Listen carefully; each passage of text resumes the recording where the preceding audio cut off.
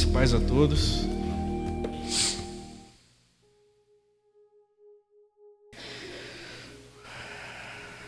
Eu estou bem empolgado essa noite para ministrar por causa do assunto que eu vou falar.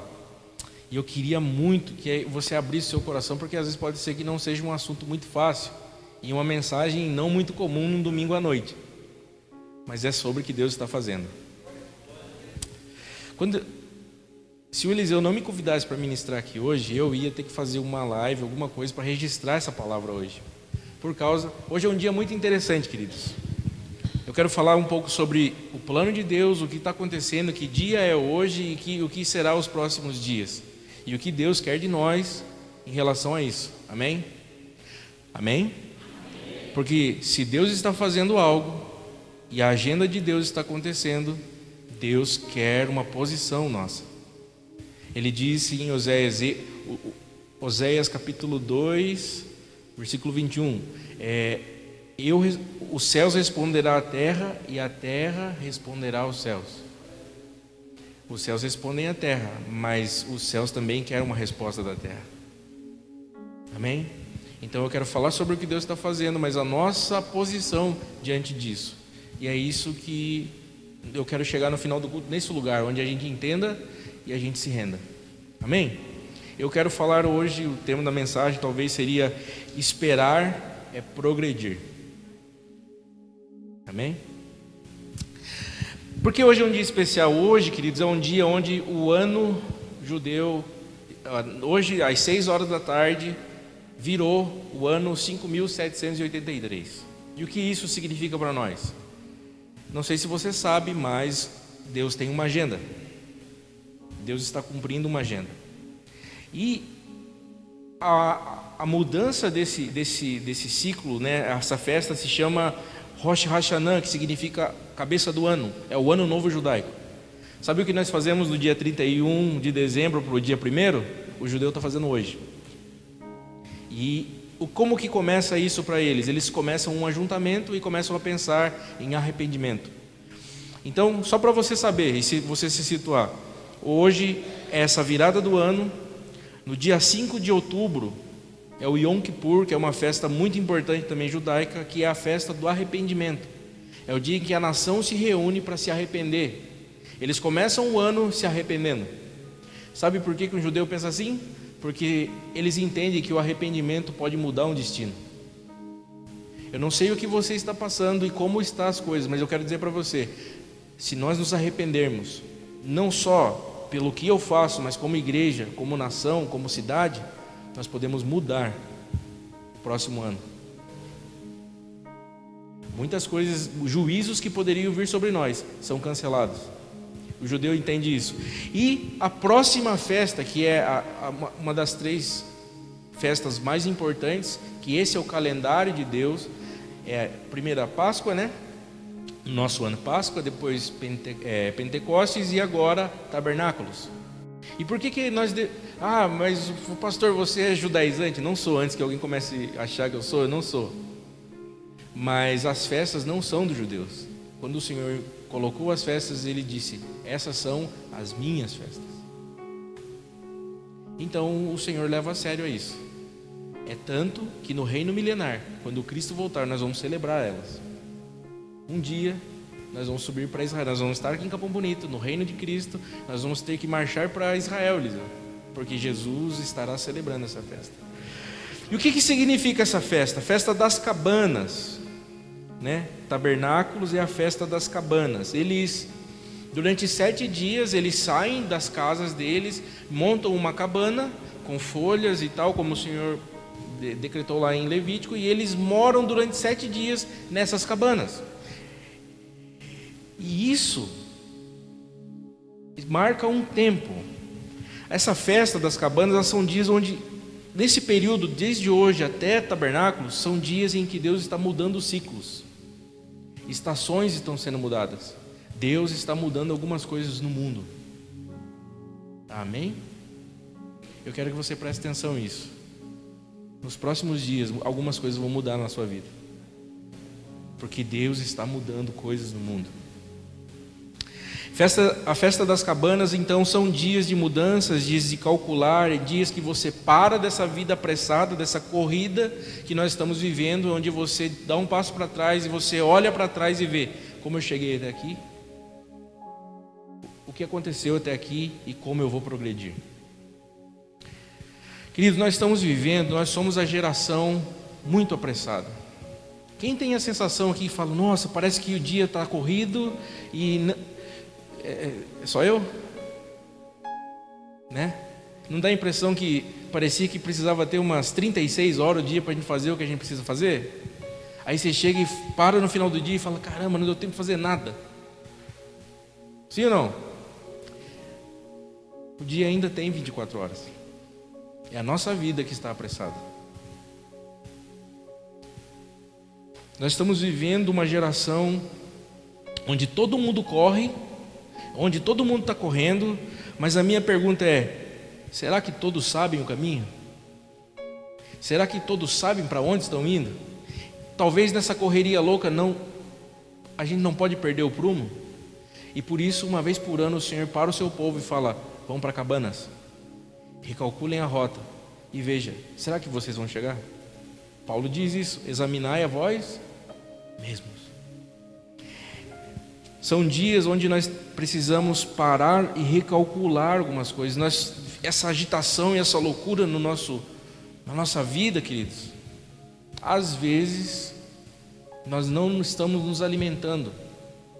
O Eliseu falou aqui sobre a fé que vem pela pregação da palavra. D.A. Carson, um teólogo incrível, ele tem uma frase e ele fala sobre as ovelhas. Ele diz que as ovelhas, quando elas comem e elas se alimentam, elas não ficam agitadas, elas param. Então, às vezes, se você veio para um lugar como esse, você ouviu uma palavra e você saiu agitado, talvez você não comeu. E o problema não está na semente. Amém? É preciso parar, recalcular, repensar, para entender aonde se chegar. Então, pessoas agitadas, o perfil de uma pessoa acelerada, elas nunca conseguem se concentrar. Então, está aqui, está acontecendo a adoração, está acontecendo a oração, mas dentro dela está agitada e não consegue parar e se concentrar em Deus. E quem não se concentra, não contempla. E quem não contempla, não encontra Deus. Continuam agitados procurando alguma coisa para suprir essa agitação do interior e nunca se alimenta. E os pseudos espirituais é aqueles que parecem, Eliseu, que está sempre procurando uma coisa. Não, nós temos que fazer, nós temos que... Talvez o perfil dessa pessoa seja a mais carnal, porque eles estão sempre agitados, sempre procurando alguma coisa para saciar a sua fome, sempre procurando um fast food e nunca parando para ouvir. Se tem uma coisa que você precisa para ouvir a voz de Deus, você precisa parar e dar atenção. Deus não fala com apressados. Todo homem na Bíblia que estava muito apressado, Deus o parou. Respira. E aí ele fala. Porque quando nós estamos apressados na presença de Deus, é como se você chegasse e falasse, Deus, faz logo o que você tem que fazer, me dá aqui e tal, e fui. E Deus falou, mas eu queria falar com você. Um dia, um amigo meu estava contando que ele estava orando, fazia 3 anos por uma situação, e daí, depois de 3 anos, a oração dele foi ouvida, e aconteceu. E ele falou, Deus, obrigado, mas por que o Senhor, 3 anos orando sobre esse negócio, e agora só, eu nem estou precisando mais tanto quanto há 3 anos atrás. E Deus falou assim, faz 3 anos que eu estou tentando falar com você e você não para me ouvir, você só vem e pede. Está dando para entender? Amém? Então, nós precisamos parar, porque a verdadeira adoração, ela não é aquela que é a mais animada, mas é aquela que revela algum atributo de Deus. Se você estava adorando aqui e você entendeu que Ele reina, você encontrou. Se você estava adorando e entendeu que Ele é bom, você houve um encontro. Amém? Se você sai daqui não sabendo nada, você não encontrou. Você precisa sair daqui sabendo uma coisa dele. A verdadeira adoração sempre revela um atributo de Deus. Você sempre sai daqui sabendo que Deus é grande. Você vem e Deus sai maior daqui para você. Amém? A verdadeira adoração, ela é um encontro. Por isso a gente precisa dessa concentração. É estar inteiro com Ele. Quem aqui é casado sabe. Se você vai ter um encontro com a sua esposa, se você fica no celular enquanto vocês estão jantando na mesa, pode? É como se você não estivesse ali. E ela querendo falar com o marido e ele resolvendo o pepino. A minha às vezes tem vontade de moer o telefone. Tá dando para entender? Nós precisamos aprender a esperar e Cabanas fala sobre isso, aprender a parar e esperar. Talvez você ache que você precisa fazer muitas coisas para Deus. Como nós vamos fazer para que Deus nos ouça e responda às nossas orações? Salmo 40, versículo 1. Esperei. Uau, está de cor. Glória a Deus. Esperei. A gente não, talvez, queridos, a gente não precisa muitas coisas. A gente precisa aprender a esperar. Deus, ele tem 3 respostas para as nossas orações. A mais fácil é sim. A média é não. E a mais difícil é espere. Quem já orou alguma coisa para Deus e Deus falou espere? Não dá raiva? Fala, Deus, você podia fazer agora, você pode fazer porque você não quer. Ele fala, espere. Deus, ele trata o nosso coração enquanto esperamos. Deus promete para Abraão e fala, Abraão, vou te dar um filho. Abraão apressado. 2 anos depois da promessa, o que ele faz? Sara olha para ela e não vê como essa palavra acontecer. Então Deus diz algo sobre nós, nós olhamos para nós e falamos, não, isso é impossível. Deus olha para essa casa, diz que essa casa será um celeiro de missões, e nós olhamos para nós e falamos, vai ser impossível. Deus olha para nós e fala, não, essa casa vai ser uma casa de oração, nós olhamos para nós e falamos, não, isso é impossível.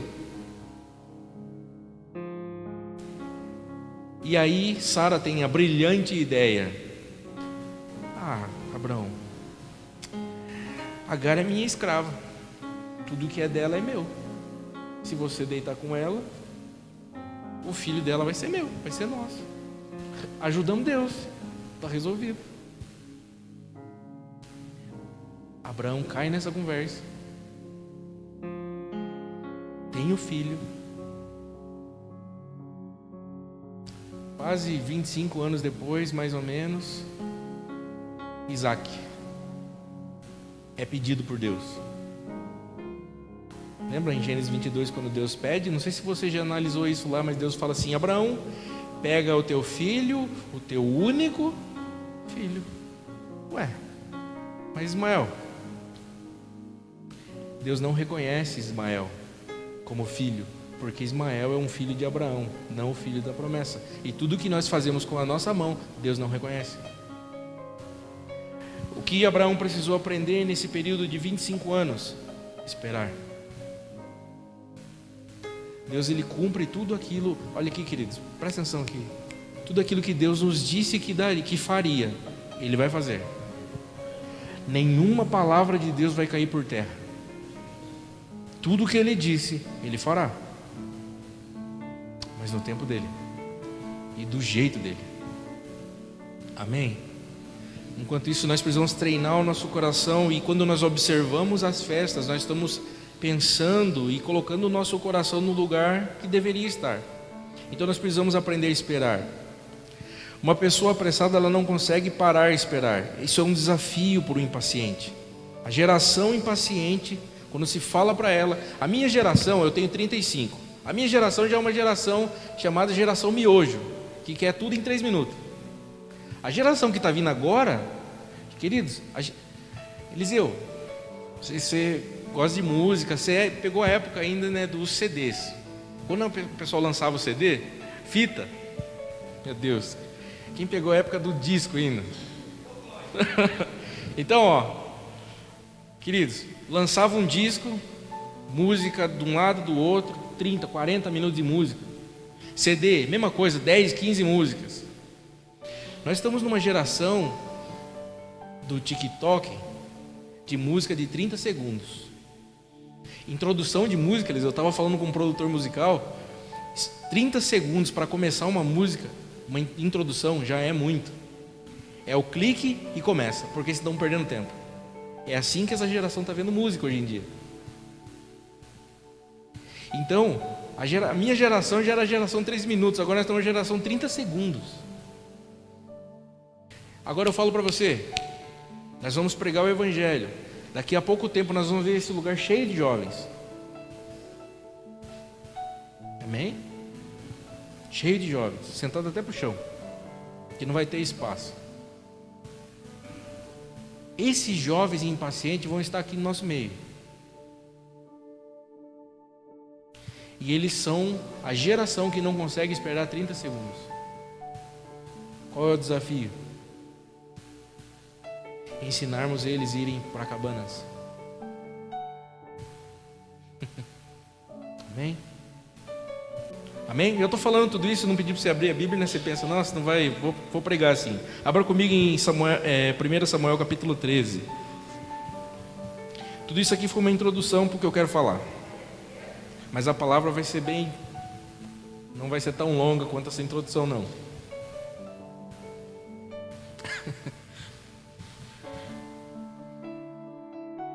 Enquanto você vai achando aí 1 Samuel capítulo 13, versículo 8, a gente precisa entender que essa falta na nossa paciência leva-nos a sermos independentes.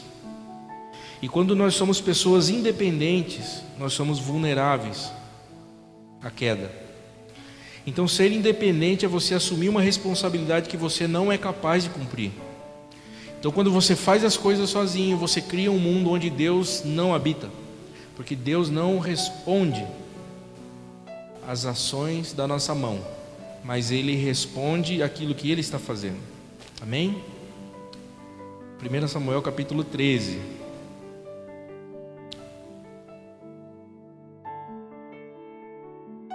Versículo 8.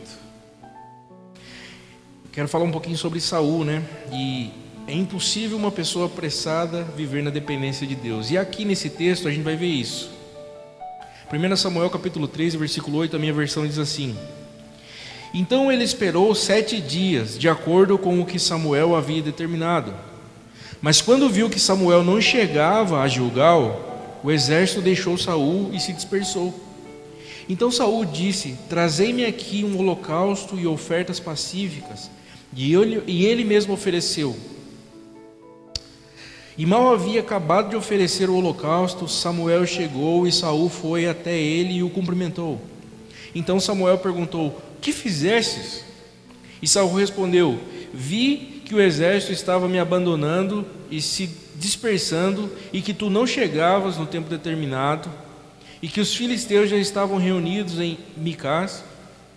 Então eu disse: Agora os filisteus me atacarão em Gilgal, e eu ainda não busquei o favor do Senhor. Assim me senti pressionado e ofereci holocaustos. Então Samuel disse a Saul: Agiste loucamente, não obedeceste ao mandamento do Senhor teu Deus, que Ele te ordenou. O Senhor teria confirmado o teu reino sobre Israel para sempre. Porém agora o teu reino não subsistirá. O Senhor encontrou para si um homem segundo o seu coração e já o destinou para ser príncipe sobre o teu povo, porque você não obedeceu ao Senhor teu Deus. Até aqui, queridos. Deus rejeitou a Saul, porque Saul desobedeceu uma ordem dele. Porque ele era impaciente e não conseguiu esperar. Isso é forte demais, queridos. A rejeição é o resultado de alguém que não tem paciência para esperar. Nós cremos que Deus nos ama, mas você já parou para pensar que nós podemos ter um coração com um tipo de atitude que Deus rejeita? E sabe o que Deus rejeitou Saul por causa da pressa? Como é sério isso? Nós não estamos falando que um homem rejeitou a Saul. Nós não estamos falando que um povo rejeitou a Saul. A Bíblia diz que Deus rejeitou esse homem. Deus olhou para essa atitude de Saul e falou: não quero. É forte isso, sim ou não? Vou falar para você o que mais me assusta agora. Aqui, na sequência, Deus fala que já tinha achado um rei. Esse rei era Davi. Essa cena aqui, esse momento, aconteceu mais ou menos do 2º para o 3º ano do reinado de Saul. E Deus rejeitou ele. Do 2º para o 3º ano, esse homem reinou 40 anos.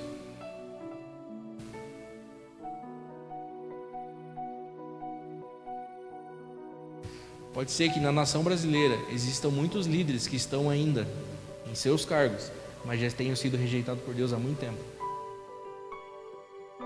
É bem provável isso. Eu conheço pessoalmente alguns em que Deus está só esperando o tempo, e esses vão ser lançados pela sua própria palavra, eles vão morrer. Saul, ele morreu pela própria espada, ele se jogou em sua própria espada. Durante um tempo da minha vida, eu não era igual a Davi. Eu queria arrancar a cabeça de Saul. Eu saía arrebentando os pastores. Por isso que alguns não gostam de mim. Eu tive uma época com o coração muito sangrando, querido. Mas hoje eu estou curado. Sabe por que eu fui curado? Porque ele me falou uma palavra. Ele falou: Saul morre pela própria espada. Não é hora de você matar Saul. Não é tempo de você fazer isso. É hora de você procurar os Davis. Uau! E aquilo curou meu coração. E hoje eu tenho encontrado alguns Davis. Deus é bom. Então, ele reina por 40 anos, queridos. E Deus não tirou ele do lugar. Ele foi um rei. Acontecia as coisas, estava tudo acontecendo. Mas Deus já não estava mais com ele. Com quem Deus estava? Um menino ruivo, filho bastardo de um homem judeu com uma mulher moabita, totalmente diferente dos seus irmãos. Um judeu, pesquisa, coloca no Google, judeu, como que é a feição, cabelo preto, pele escura. Ele era ruivo, branquinho, cheio de sarda. Eles olhavam para ele e tinha bullying do menino. Davi era rejeitado. Todo mundo da família rejeitava ele, mas Deus olhou para aquele menino e falou: é esse que será o rei de Israel.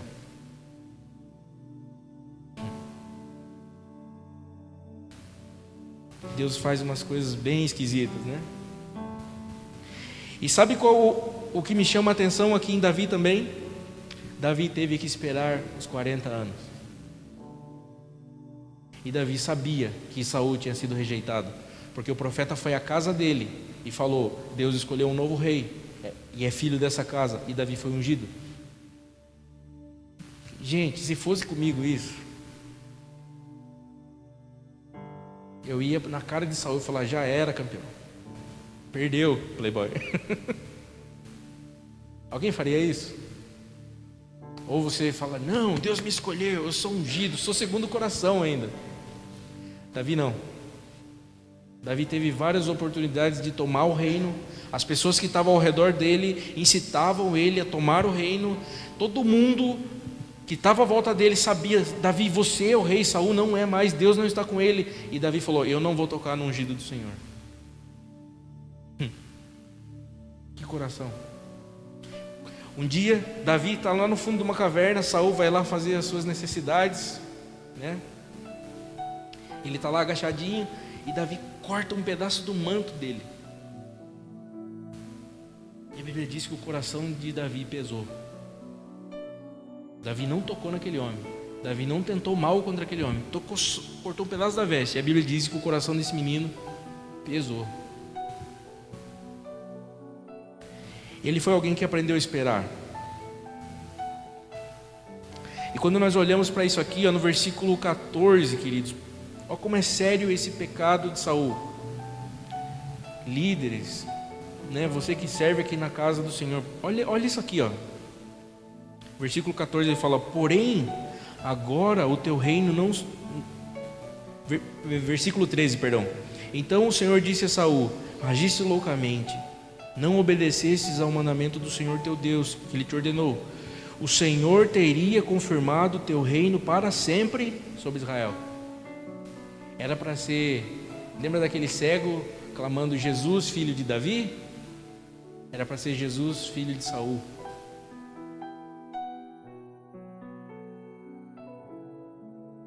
Por causa da pressa, da loucura desse homem, toda a geração dele foi condenada.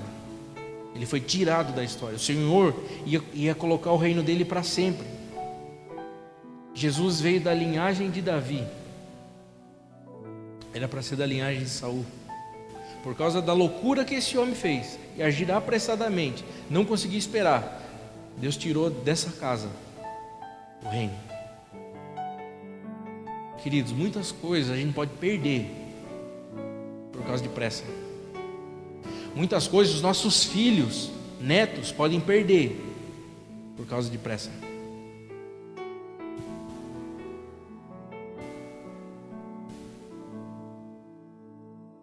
É forte isso, né?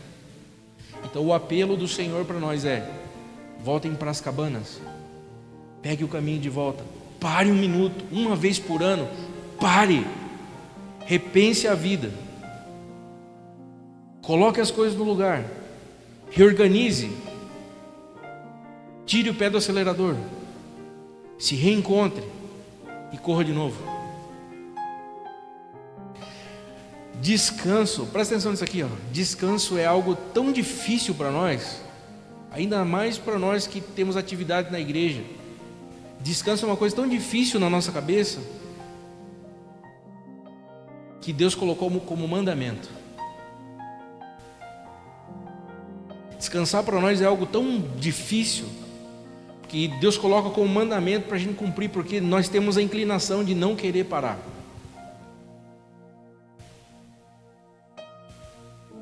Ele mandou guardar o sábado. Não é o dia, é sobre uma lei, um mandamento. Descanse, pare. Amém? Só que não é, essa palavra esperar para nós temos uma ideia um pouco equivocada. A gente pensa que esperar é parar e não fazer nada. A gente pensa que esperar é você, sabe quando você fica na fila do banco 1 hora lá sem fazer nada? Então, isso não é esperar, que a Bíblia ensina. Lucas 24, 49, Jesus diz para os discípulos, ele fala assim, fiquem em Jerusalém até que do alto venha poder sobre vós. Quem lembra desse texto? Amém? Então, amém. Então Jesus diz para eles: vocês vão esperar em Jerusalém até que do alto venha poder. E eles ficaram em Jerusalém até que do alto viesse poder. Sabe quanto tempo demorou? Desde que Jesus disse isso, Jesus ressuscita na Páscoa, fica com eles ali depois da ressurreição 40 dias e sobe aos céus. E Jesus fala: agora vocês não saiam daqui até que venha do alto poder. Demorou 10 dias. Coríntios 15, se eu não me engano, diz que tinha 500 e poucas pessoas ouvindo quando Jesus falou: esperem. Atos 2, quando o Espírito cai, tinha só 120. 300 e poucas pessoas não conseguiram ficar 10 dias esperando. E só que o que eles estavam fazendo durante esses 10 dias? Lembra o que eles faziam? Eles estavam orando. Esperar para Deus não é não fazer nada, mas é se preparar para aquilo que está vindo. Se Ele disse que poder viria, eles estavam orando: Senhor, manda poder. Dó. Viria poder. Amém? Ele estava clamando: Senhor, manda poder. Manda poder. 2 dias, Senhor, manda poder. 3 dias, manda poder. A oração deles era essa: manda poder. No 10º dia, veio poder. Sabe por que nós não temos poder nos nossos dias? Porque nós não estamos esperando. Nós não ficamos 10 dias orando pela mesma coisa.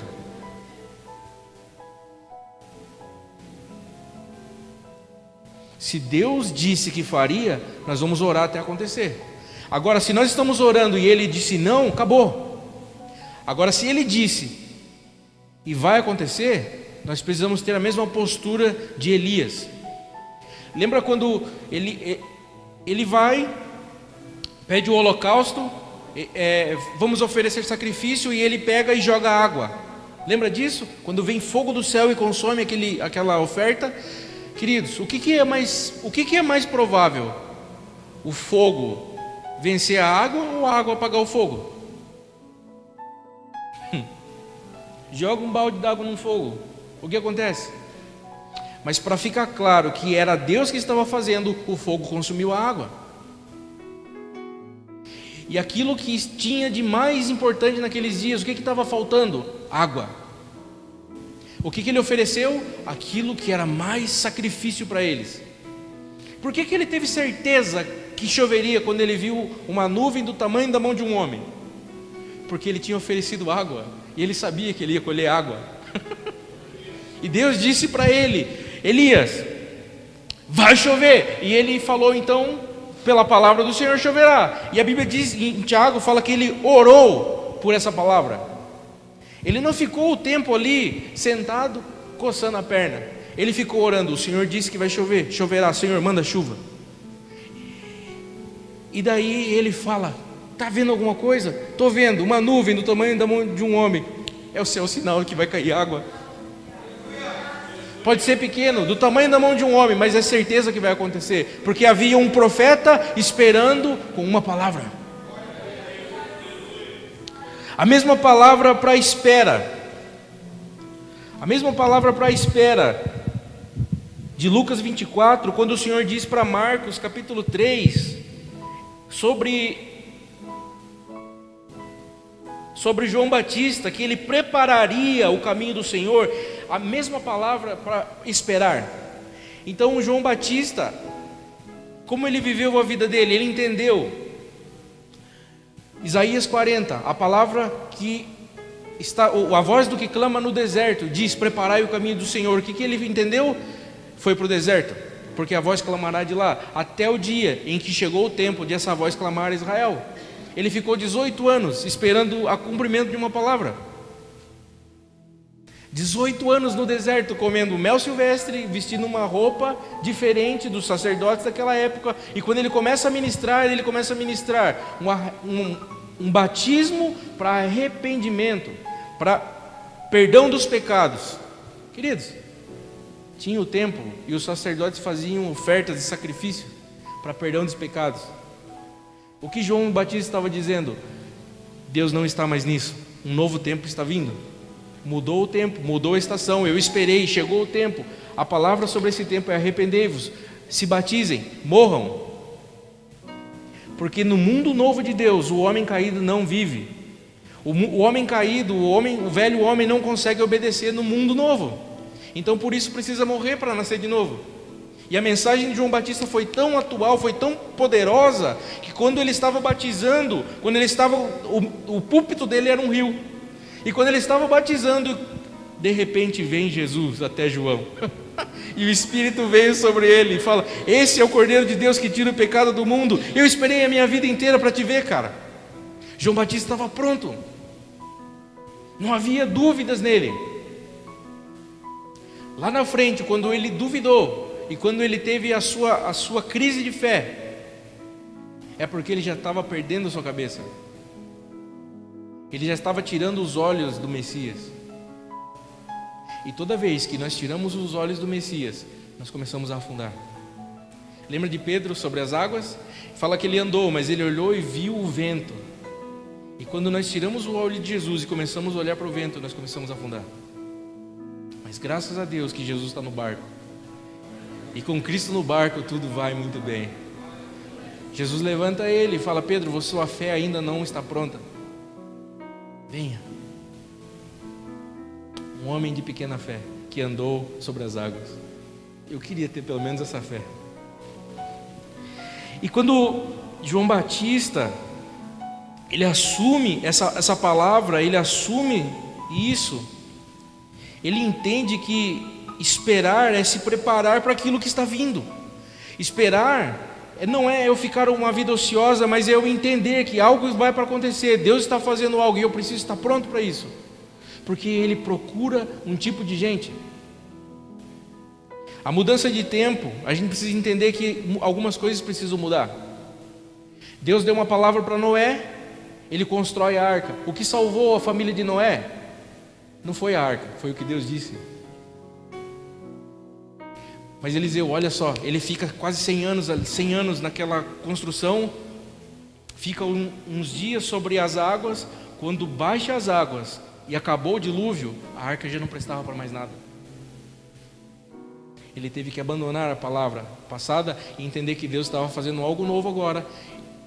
E se o tempo está mudando, a palavra muda também. E todos aqueles que param e acessam a eternidade nesse momento terão a mesma mensagem.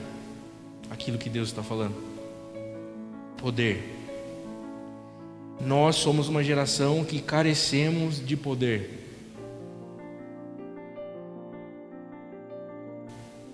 Em 2020, no início da pandemia, o Senhor me mandou parar com tudo. E eu parei até ouvi-lo. E eu me lembro que a sensação de desespero é: Deus, você não está falando nada. E o Senhor estava falando ao meu coração: você precisa esperar. A mudança de tempo, ela vai mudar a palavra. João Batista, ele entendeu essa mudança, esse tempo, e ele cooperou com aquilo que Deus estava fazendo. Uma pessoa apressada, ela quer sempre as coisas que Deus dá, mas nunca o Deus do reino. Ela quer o trono, mas não Deus. Saul fez de tudo para não sair do trono, mas não se importava com Deus. Davi, uma das primeiras coisas que ele faz: traga uma arca. Durante 40 anos ninguém consultou o Senhor. Eu não vou sentar nesse trono sem Ele. Amém?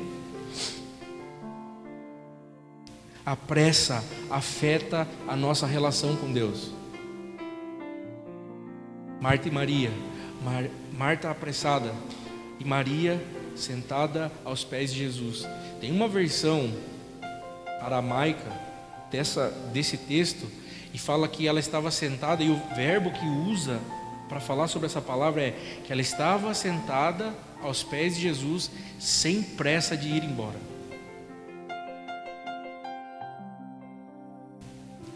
Sem falar do discurso, que Jesus fala que ela escolheu a melhor parte, isso não ia ser tirado dela. Uma curiosidade aqui para vocês. Em João capítulo 11, quando o Lázaro morre, perceba uma coisa: Jesus chega no lugar, ele chega no lugar, e Marta vai falando: Jesus, se você estivesse aqui, nada teria acontecido. É como se Jesus estivesse falando: estava lá. Terminou? Terminei. Cadê Maria? Cara, todo mundo procurando Jesus e Jesus procurando Maria. Por quê? Porque ela sentava aos pés dele sem pressa de ir embora. Que tipo de gente que Jesus está procurando nesses dias? Você está contando os minutos para sair daqui? Você pega a Bíblia e Jesus, fala logo que eu não tenho tanto tempo.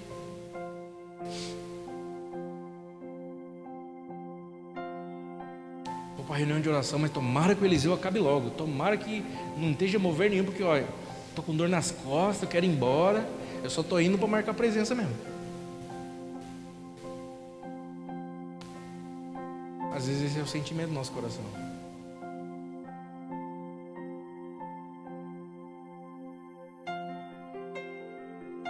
Ele quer não o seu desempenho religioso.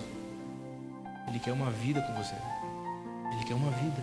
Ele quer um relacionamento.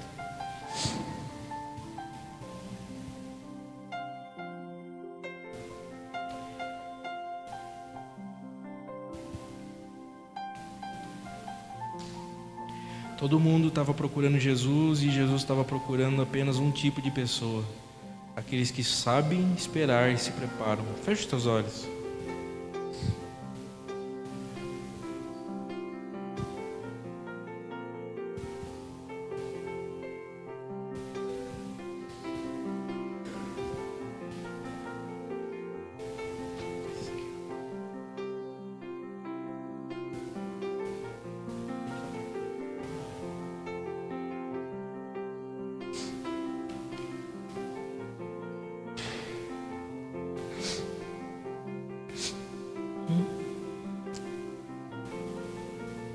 Voltar para Cabanas pelo menos uma vez por ano e parar e repensar na vida. Nós precisamos disso.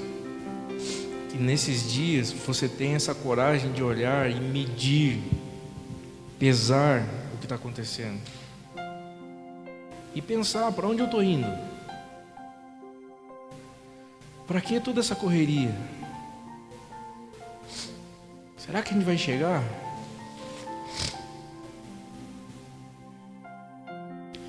Porque quando nós fazemos isso e começamos a preparar o nosso coração, os céus se rasgam sobre nós e poder vem.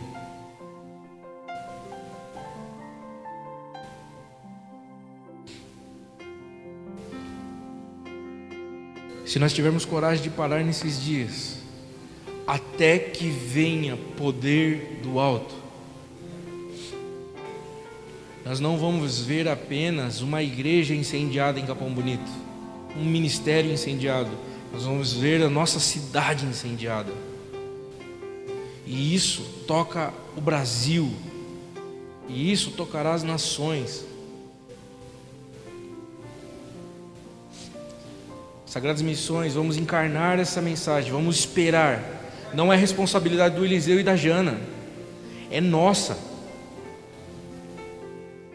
É assumirmos essa palavra: Senhor, nós vamos orar até que. O Eliseu não vai precisar fazer apelo sobre a oração, nós vamos orar.